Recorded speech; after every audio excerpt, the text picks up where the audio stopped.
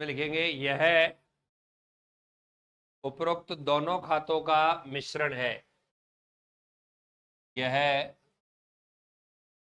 उपरोक्त दोनों खातों का मिश्रण है। It is the combination of above mention two account. यह उपरोक्त दोनों खातों का मिश्रण है। It is the combination of above mention two account. ठीक है। उसके बाद आप हेडिंग लगाएंगे आईओसी।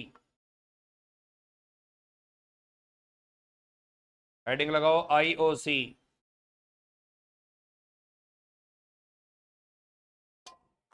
हेडिंग लगाई, पूरा नाम बताओ। बताओ इंटरेस्ट ऑन कैपिटल क्या चीज है? ये प्रॉफिट पर चार्ज है या प्रॉफिट का एप्रोप्रिएशन है? प्रॉफिट का चार्ज है या प्रॉफिट का एप्रोप्रिएशन है? प्रॉफिट का एप्रोप्रिएशन। तो समझो चार्ज और अप्रोप्रिएशन में फर्क, ये बनवाऊंगा भी मैं खाता।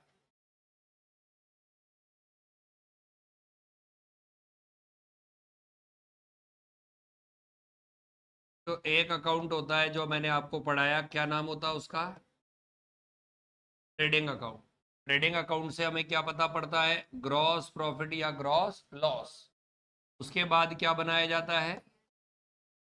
P and L account. बताओ उससे क्या पता चलता है? नेट प्रॉफिट या नेट लॉस। तो पार्टनरशिप में मालिक एक होते हैं या एक से ज्यादा होते हैं? तो ये प्रॉफिट एक आदमी का होता है या एक से ज्यादा का होता है? तो जहां बंटवारा वर्ड आए, क्या वर्ड आए, वहां पी एंड एल के बाद एक अकाउंट और बनता है, उस अकाउंट का नाम क्या है? P and L appropriation. बोलो क्या नाम है? का मतलब है लाभ हानि बंटवारा खाता। क्या नाम है? लाभ हानि बंटवारा खाता।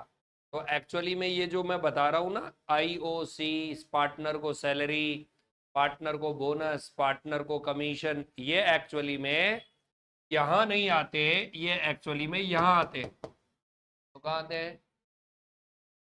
यानी ये केवल तभी आते हैं जब प्रॉफिट हो। In the case of loss ये आते ही नहीं है, चाहे डीड में डब्बे भर भर के क्यों ना लिखा हुआ हो। डीड में तो लिख रखा है 20,000 रुपए पर मंथ सैलरी देंगे, लेकिन तब देंगे जब ये अकाउंट बने, और ये अकाउंट कब बनता है? जब प्रॉफिट हो। तो ध्यान रखना आईओसी का नाम क्या? Interest on capital. ये प्रॉफिट पर चार्ज, चार्ज का मतलब है कि धरती आसमान किधर से किधर हो जाए आपको चुकाना ही पड़ेगा। जैसे दुकान का किराया आपको चुकाना ही पड़ता है, अपने कर्मचारियों का वेतन आपको चुकाना ही पड़ता है, बिजली का बिल आपको चुकाना ही पड़ता है। लेकिन मुझे बताइए, ये जो पार्टनर को सैलरी है, पार्टनर को बोनस है, पार्टनर को कमीशन है, ये वन ऑफ द वे है प्रॉफिट को बांटने का। ये एक तरीका मात्र है जिसकी सहायता से आप लाभ को बांटते हो। जैसे लाभ जो हो रहा है उसको बांटने का तरीका यह है कि जो ज्यादा पूंजी लाया है तो उसे ज्यादा मिलना चाहिए। तो जो ज्यादा पूंजी लाया है तो पूंजी पर ब्याज दे दिया पहले, उसके बाद जो रात दिन दुकान पे बैठ रहा है उसको सैलरी दे दी, उसके बाद जो बाकी बच गया उसको एक रेशो में बांट दिया। तो बच्चों इंटरेस्ट ऑन कैपिटल यहां आता है, न कि यहां। यहां आने वाली चीज को हम बोलते हैं प्रॉफिट पर चार्ज, हिंदी में बोलते हैं लाभों पर प्रभार। और यहां आने वाली चीजों को हम बोलते हैं लाभों का बंटवारा। तो इंटरेस्ट ऑन कैपिटल जो है वो लाभों का बंटवारा है, न कि लाभ पर प्रभार। यानी ये केवल तभी दिया जाता है जब एक साथ दो शर्त पूरी हो। नंबर वन डीड में लिखा गया हो, और नंबर टू लाभ हो। पहला क्या? दूसरा क्या? डीड ही नहीं है और लाभ हो रहा है, देंगे क्या? डीड में लिखा हुआ है लेकिन लाभ नहीं हो रहा है, देंगे क्या? कितनी शर्तें हैं? पहली क्या? डीड में लिखा गया हो और लाभ। कौन सी चीज देंगे? Interest on capital. वापस से बोलो क्या देंगे? तो हेडिंग लगाओ interest on capital. Interest on capital, और इसमें लिखो पूंजी पर ब्याज केवल तभी दिया जाता है,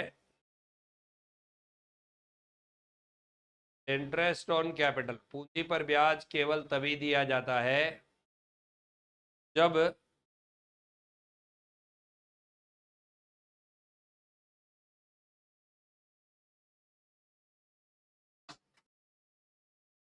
एक साथ निम्न दो शर्तें पूरी हो।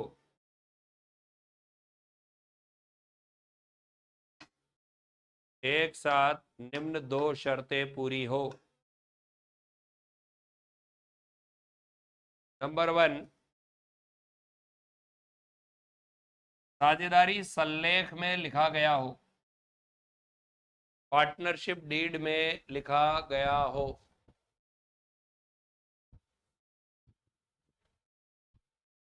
साझेदारी सल्लेख में लिखा गया हो। और नंबर 2, फर्म को लाभ हुआ हो, फर्म को लाभ हुआ हो।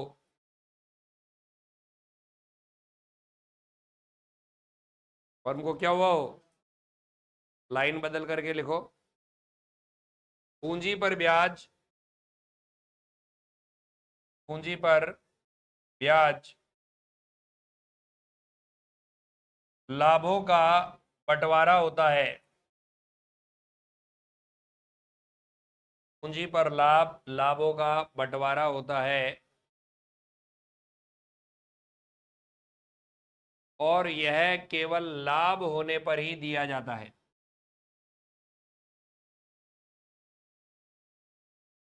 और यह केवल लाभ होने पर ही दिया जाता है। अर्थात यदि फर्म को हानि हो, फर्म को हानि हो तो आईओसी नहीं दिया जाएगा, तो आईओसी नहीं दिया जाएगा। लाइन बदल करके लिखो, वेरी इंपॉर्टेंट, यदि फर्म को अपर्याप्त लाभ हो, यदि फर्म को अपर्याप्त लाभ हो तो इसे आईओसी के रेशो में बांट दिया जाएगा, तो इसे आईओसी के रेशो में बांट दिया जाएगा। इसको समझना एक्चुअली में क्या कह रहा हूं मैं। जैसे कि बच्चों इधर देखो, ये ए बी सी पार्टनर है, तो पार्टनर के नाम क्या क्या है, ए बी सी, ठीक है। और इनकी कैपिटल है 3 लाख, 2 लाख और 1 लाख। कितनी कितनी कैपिटल है, 3, 2 और 1। अब आगे सवाल में ये कह रहा है, डीड में पार्टनर को @ 10% पर एनम आईओसी लिखा है। बताओ डीड में कितना लिखा हुआ है, पर एनम। डीड नहीं होती तो टंटा ही खत्म होता। अब केस नंबर 1,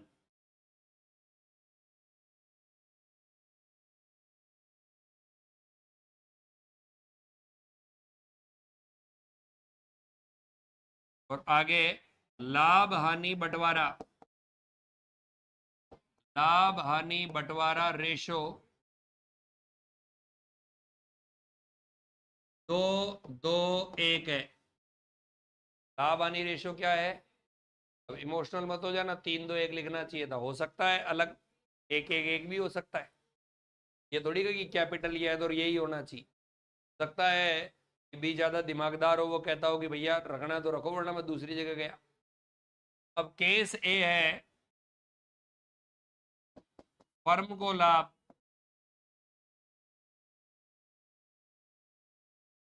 फर्म को लाभ 90,000 का होता है।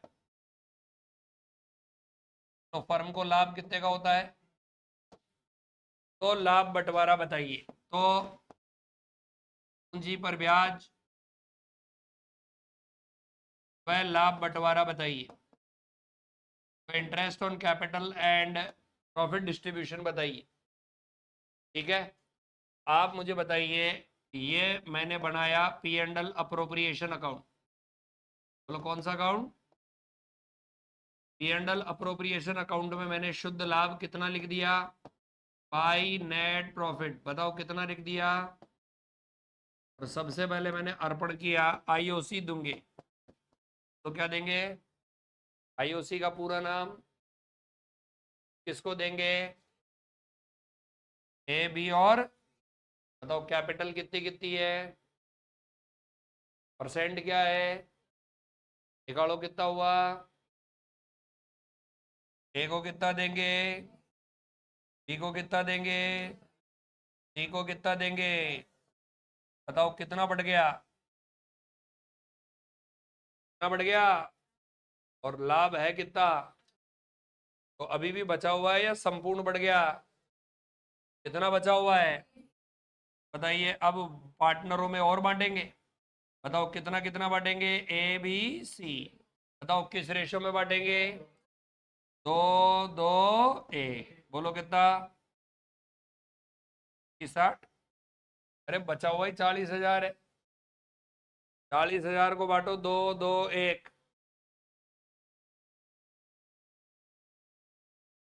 12,000। 12,000 आया, कोई दिक्कत ही नहीं है।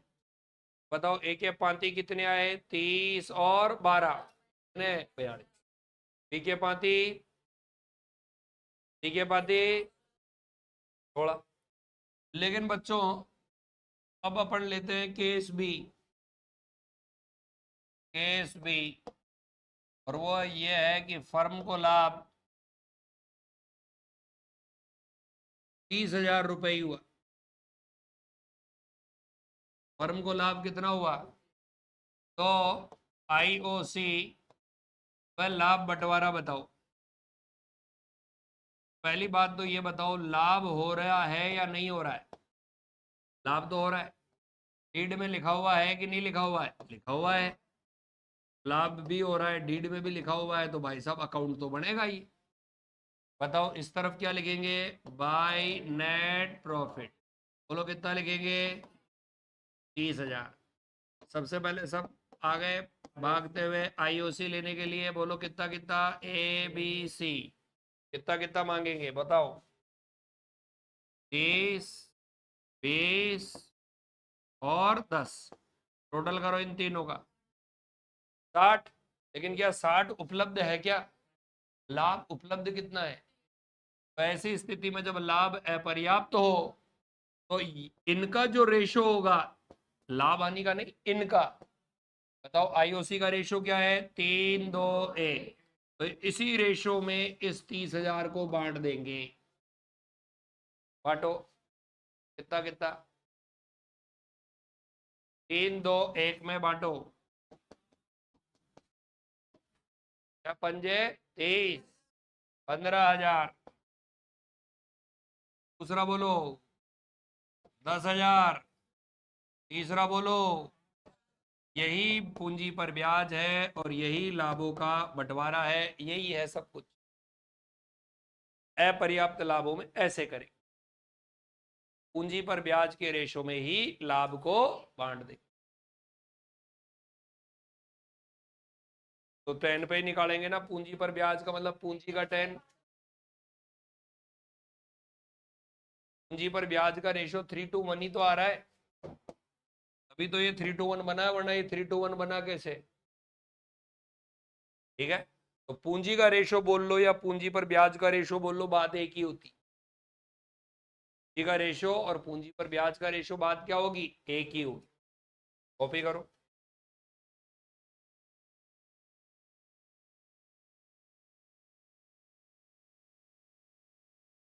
पहले वाली, पहले तो क्या था?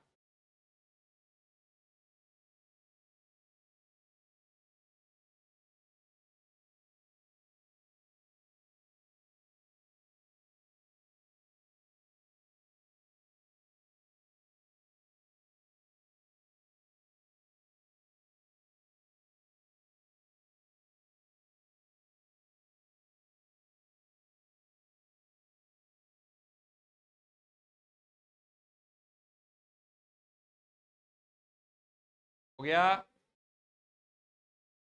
दादू,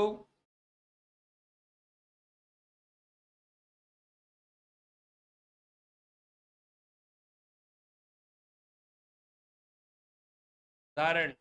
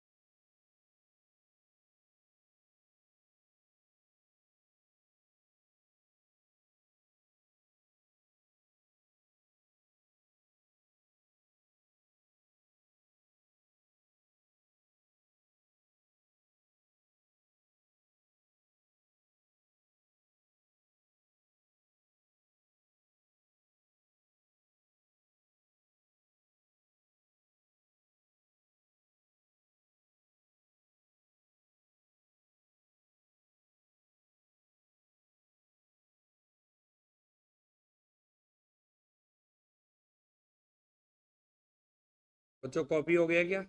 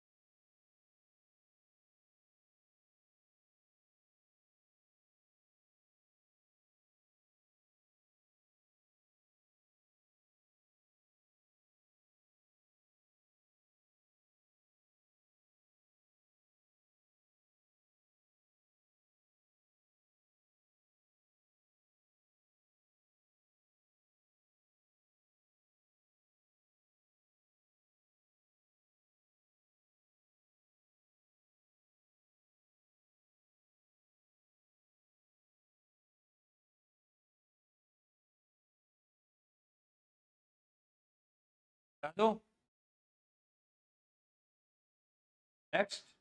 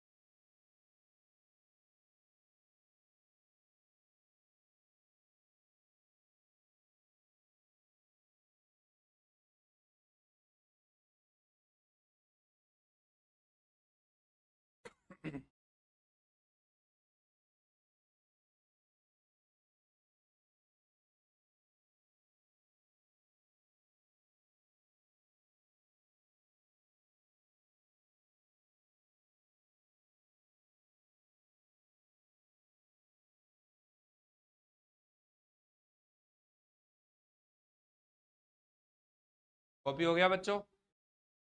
के बारे में चर्चा की मैंने, IOC। देन नेक्स्ट हम आगे चलते हैं, लगाओ heading, IOD, interest on drawing, ऋण पर ब्याज,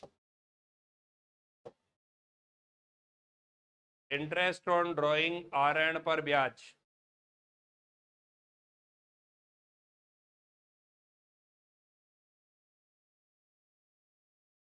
ऋण पर ब्याज में बच्चों ये है, देखेंगे, ऋण पर ब्याज केवल तभी वसूला जाता है, ऋण पर ब्याज केवल तभी वसूला जाता है जब साझेदारी सल्लेख में लिखा गया हो।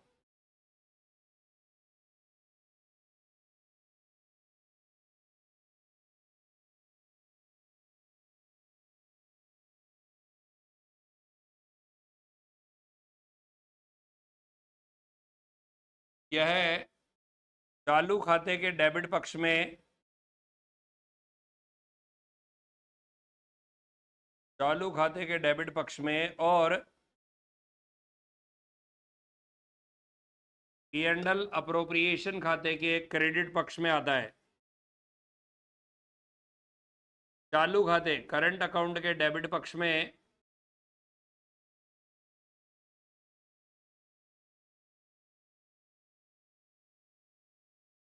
और P&L अप्रोप्रिएशन अकाउंट के क्रेडिट पक्ष में आता है।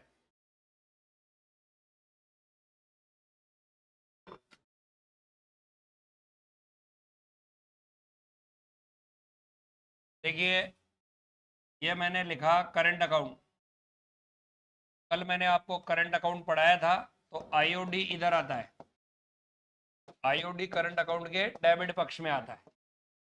आज मैं आपको इसके बाद में P&L अप्रोप्रिएशन पढ़ाऊंगा, तो P&L अप्रोप्रिएशन में यह है नेट प्रॉफिट के नीचे आता है, नेट प्रॉफिट के नीचे आता है, यानी P&L अप्रोप्रिएशन के तो क्रेडिट पक्ष में आता है और करंट अकाउंट के डेबिट पक्ष में आता है। क्या चीज? Interest on drawing.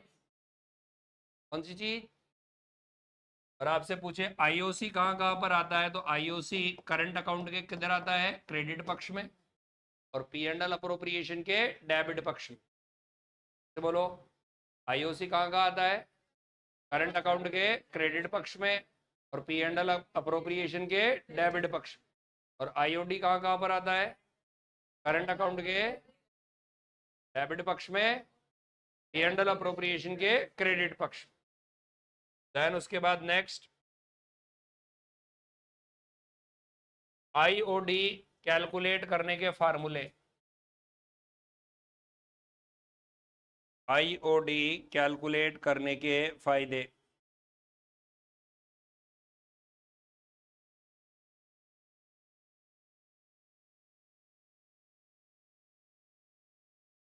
IOD calculate करने के फॉर्मूले, फॉर्मूले, फायदे लिख, फॉर्मूले, फॉर्मूले, फॉर्मूले, कैलकुलेट करने के फॉर्मूले। तो लिखो केस नंबर 1, यदि ड्राइंग हर महीने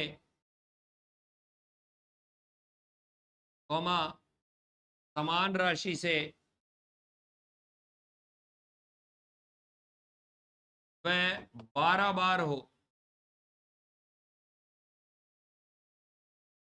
यदि ड्राइंग हर महीने हो, अमाउंट इक्वल हो और साल में 12 बार हो। इंग्लिश में लिखा रहा, if drawing is done 12 time every month with the same amount, 12 बार हो, एवरी मंथ हो, सेम अमाउंट हो, drawing is done 12 time every month same amount. में ड्राइंग हर महीने समान राशि से और 12 बार।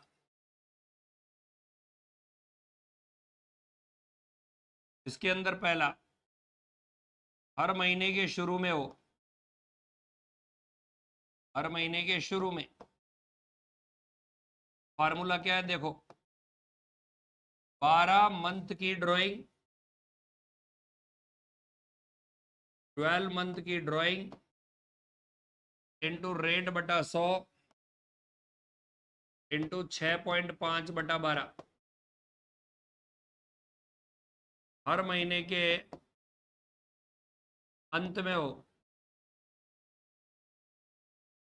फार्मूला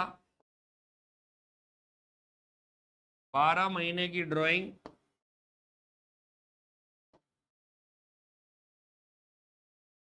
इंटू रेट बटा 100 इंटू 5.5/12। हर महीने के मध्य में हो। फार्मूला 12 महीने की ड्राइंग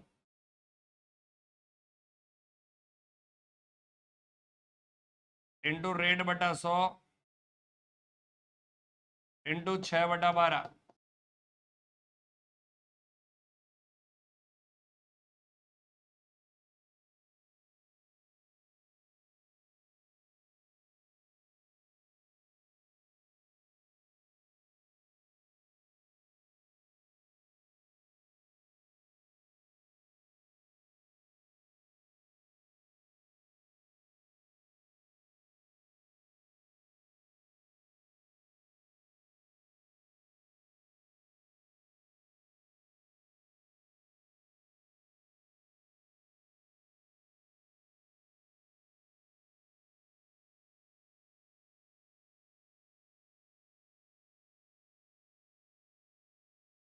बताओ कितने फार्मूले बताए मैंने? पहला क्या बताया, दूसरा क्या बताया, तीसरा क्या बताया? तीनों में कॉमन चीज क्या है? 12 महीने की ड्राइंग। और कॉमन चीज क्या है? रेट बटा 100। फर्क क्या है? 6.5/12, 5.5/12 और 6/12। भाई पहले वाले का मतलब क्या है? पहले वाले का मतलब है ड्राइंग हो 1 अप्रैल को, 1 मई को, 1 जून को, 1 जुलाई को, 1 जनवरी को, 1 फरवरी को, 1 मार्च को, ऐसे। यानी साल में कितनी बार हो? 12 बार। साल में कितनी अमाउंट क्या हो? सेम। और कब हो? महीने के शुरू में। तो फार्मूला है ये, इसका लॉजिक देख लो आप।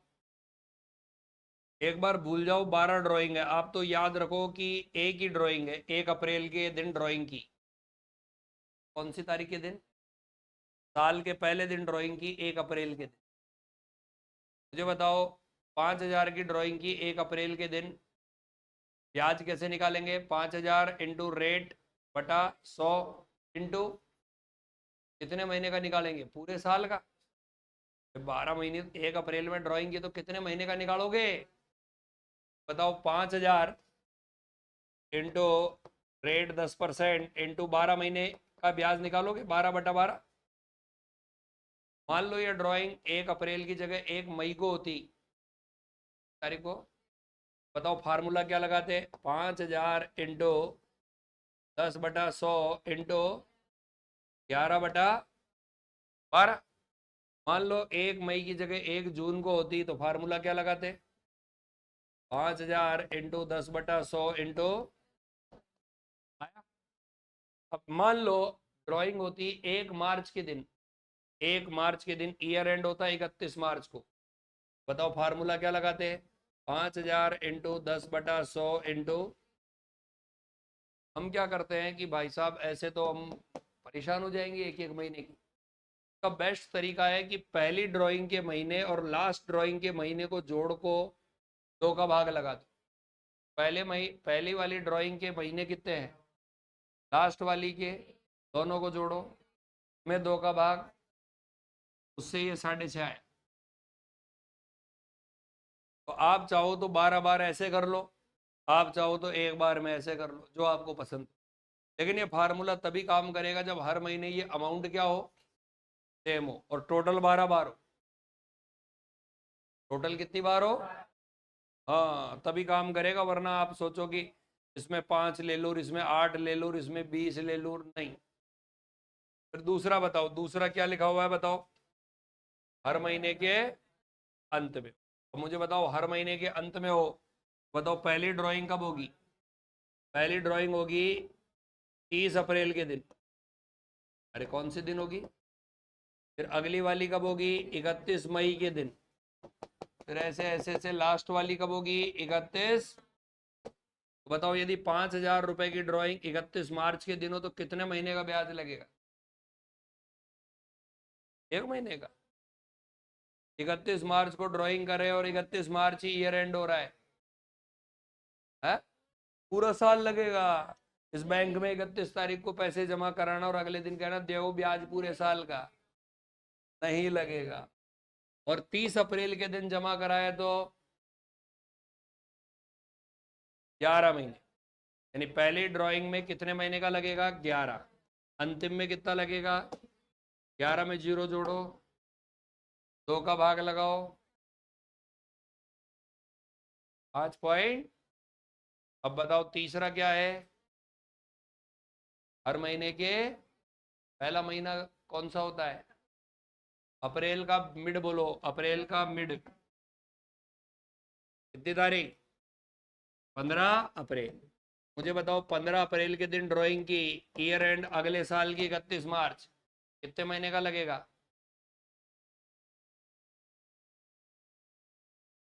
अरे 1 अप्रैल को करते तो 12 का लगता, तो 15 अप्रैल को कर रहे हो तो आधा महीना घटा दो ना। बैठे बैठे गुणा भाग कर रहे हो, 11.5 कितने महीने का। भाई 1 अप्रैल में कितने महीने का लगता है, 12। 15 अप्रैल के दिन कितने का लगेगा, 30 अप्रैल के दिन कितने महीने का लगेगा, 11। अच्छा ये बताओ, 15 मार्च के दिन ड्राइंग कर रहे हैं, साल खत्म होने के 15 दिन पहले कर रहे हैं, तो कितने महीने का लगेगा, आधे महीने का। पहला वाला 11.5, लास्ट वाला आधा। 11.5 में आधा जोड़ो, मैं 2 का भाग लगाओ। ये कोई नहीं पूछेगा तुमसे कि ये कैसे आए फार्मूले, मैं इनके लॉजिक बता रहा हूँ, आप पूछेगा कोई नहीं। चुपचाप बता एंड सब, ये आए कैसे 6.5। लॉजिक पता है कि भाई ये 6.5 क्यों आए। तो हर महीने के शुरू में तो क्या होगा, 6.5, बीच में क्या होगा 6, और अंत में क्या होगा 5.5। ये लॉजिक भी मैंने इस कारण से बताया कि मान लो कोई बदमाश एग्जामिनर ही बैठ गया, उसने कहा कि इनकी खोपड़ी ढीली कर दूंगा मैं तो। उसने कहा कि पहला ड्राइंग होता है 1 जून को, कब होता है, और ईयर एंड तक होता है। पहला ड्राइंग कब होता है और कब होता है, ईयर एंड। अब आप कहोगे सर ये नियम तो लग ही नहीं सकते। 1 जून होता है, फिर 1 जुलाई होता है, फिर 1 अगस्त होता है, फिर 1 सितंबर, मतलब हर महीने के शुरू, हर महीने के अमाउंट भी बराबर, लेकिन 12 नहीं, 10 महीने। अप्रैल और मई में नहीं हुआ, बाकी सारी शर्तें सेम है। तो अब आप ये 6.5 नहीं लगा सकते। तो अब आपको देखना पड़ेगा कि पहला ड्राइंग कब हो रहा है, 1 जून। बताओ महीने कितने बचे ईयर एंड होने, 10। अंतिम ड्राइंग कब होगा, 1 मार्च। बताओ महीने कितने बचे, 1। 10 + 1 कितना हुआ, मैं 2 का भाग लगा दो, साढ़े। यानी यहाँ पर फार्मूला लगाओगे आप, 10 महीने की ड्राइंग 12 मत लगा देना, हाँ कहीं 12 ठोक दो, कितने महीने की, और इंटू क्या, इंटू क्या, 5.5/12। इस कारण से बताया, बाकी मैं बताता भी नहीं। मान लो कोई सन की एग्जामिनर दे ही दे कि 12 महीने की जगह मैं तो कितने महीने का देता हूँ, 10, और तुम लोगों ने रट्टा मार रखा हर महीने का शुरू मतलब 6.5। हर महीने का शुरू मतलब 6.5 तब है, तब महीने कितने हो, 12। मान लो 10 ही हो तो गड़बड़ हो जाएगी। क्लियर है, ये उतार लिया। फिर लिखो केस 2।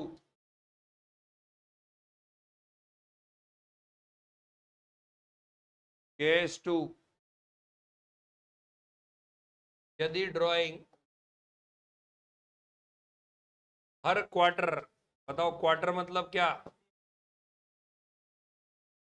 समान राशि से, यदि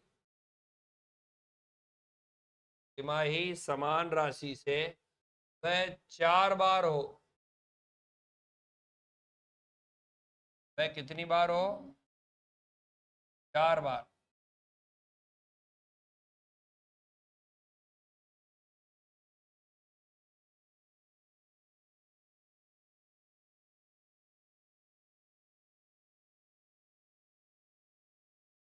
देखो बच्चों, ड्राइंग कितनी, हर क्वार्टर समान राशि और 4 बार, क्वार्टर मतलब 3 महीने, साल में केवल कितनी बार, 4 बार। पहला हर क्वार्टर के शुरू में,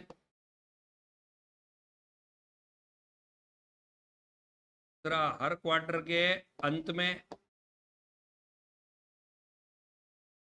तीसरा हर क्वार्टर के मध्य में। 4 बार की ड्राइंग, 4 बार की ड्राइंग इंटू रेट बटा 100, या 7.5, या 4.5, और या 6।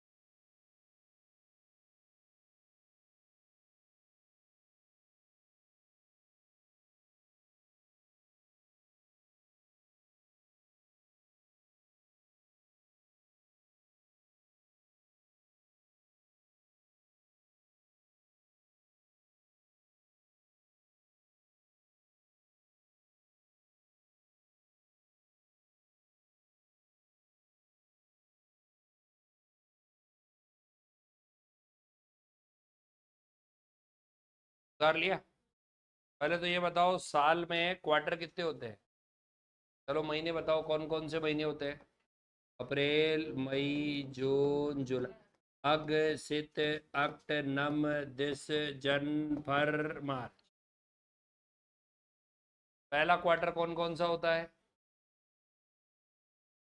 अप्रैल मई जून। दूसरा कौन सा होता है, जुलाई अगस्त सितंबर। तीसरा, चौथा, पहला केस क्या है बताओ, हर क्वार्टर के शुरू। पहला क्वार्टर का अप्रैल मई जून, तो बताओ कौन सी तारीख के दिन, 1 अप्रैल के दिन। अब गलती मत करना, बिल्कुल भी नहीं। दूसरे क्वार्टर की ड्राइंग कौन से दिन होगी, 1 जुलाई, बहुत बढ़िया। तीसरे की कब होगी, और लास्ट वाले की कब होगी। पहला क्वार्टर और ईयर एंड के बीच में कितना अंतर है, पहला ड्राइंग और ईयर एंड, पहला ड्राइंग और ईयर एंड के बीच कितने महीने का अंतर है, कितने महीने का अंतर है पहली ड्राइंग और ईयर एंड के बीच, 12 महीने। 9 क्यों हुआ, 1 अप्रैल के बाद महीने गिनो, 9 थोड़ी के, ड्राइंग की तारीख 30 जून थोड़ी बोल रहा हूँ, 1 अप्रैल बोल रहा हूँ। पहली ड्राइंग और ईयर एंड के बीच में कितना महीने का अंतर है, अरे ईयर एंड, क्वार्टर एंड थोड़ी बोल रहा हूँ।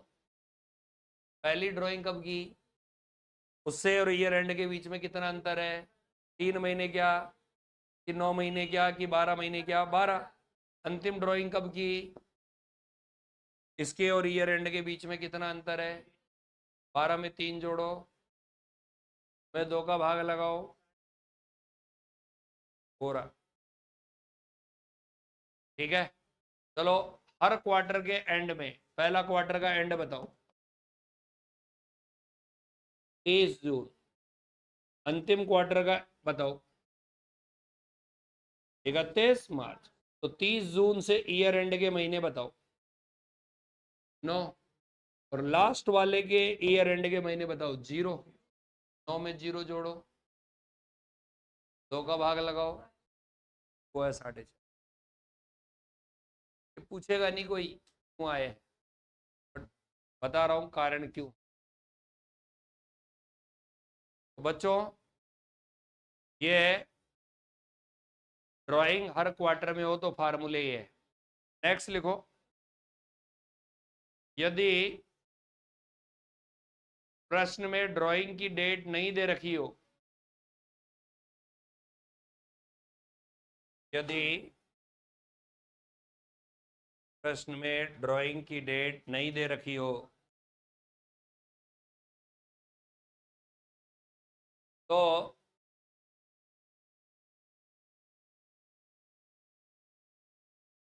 6 महीने का ब्याज निकाला जाएगा।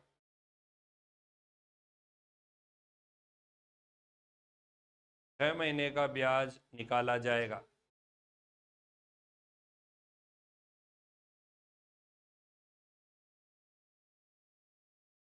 छह महीने का, 6 महीने का। नेक्स्ट, यदि ड्राइंग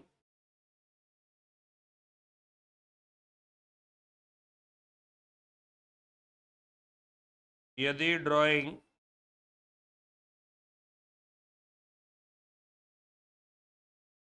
अनइक्वल, यदि ड्राइंग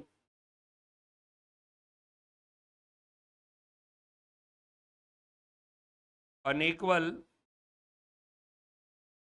अमाउंट से हो, असमान राशि से हो,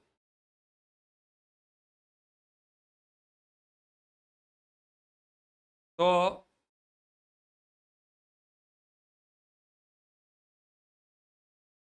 प्रोडक्ट विधि से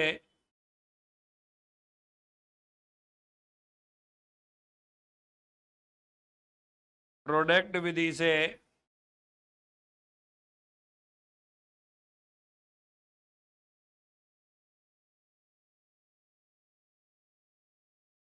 इसे निकाला जाएगा।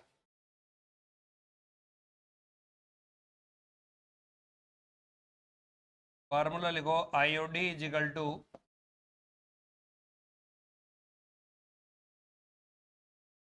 टोटल प्रोडक्ट इंटू रेट बटा 100 into 1/12। Total product into rate बटा 100 इंटू 1/12।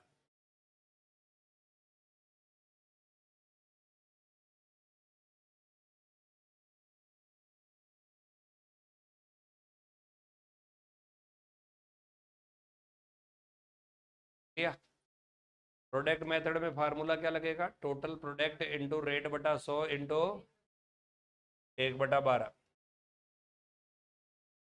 1/12 इस कारण से कर रहे हैं क्योंकि एक एग्जाम्पल के द्वारा अपन समझे। अपन तो क्वेश्चन लिख लो, ए partner drawing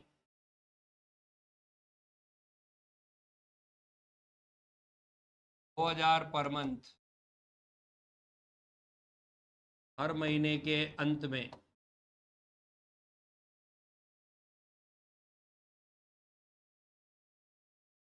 B partner drawing 5000 per month,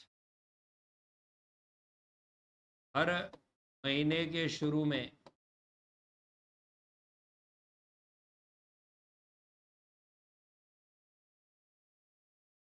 B partner drawing 10,000 पर क्वार्टर, हर क्वार्टर के शुरू में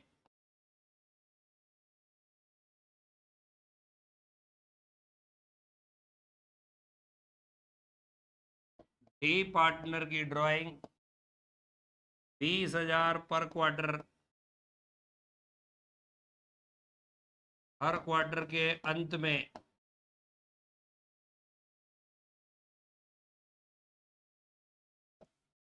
डी पार्टनर ने पूरे वर्ष में 20,000 का ड्राइंग किया।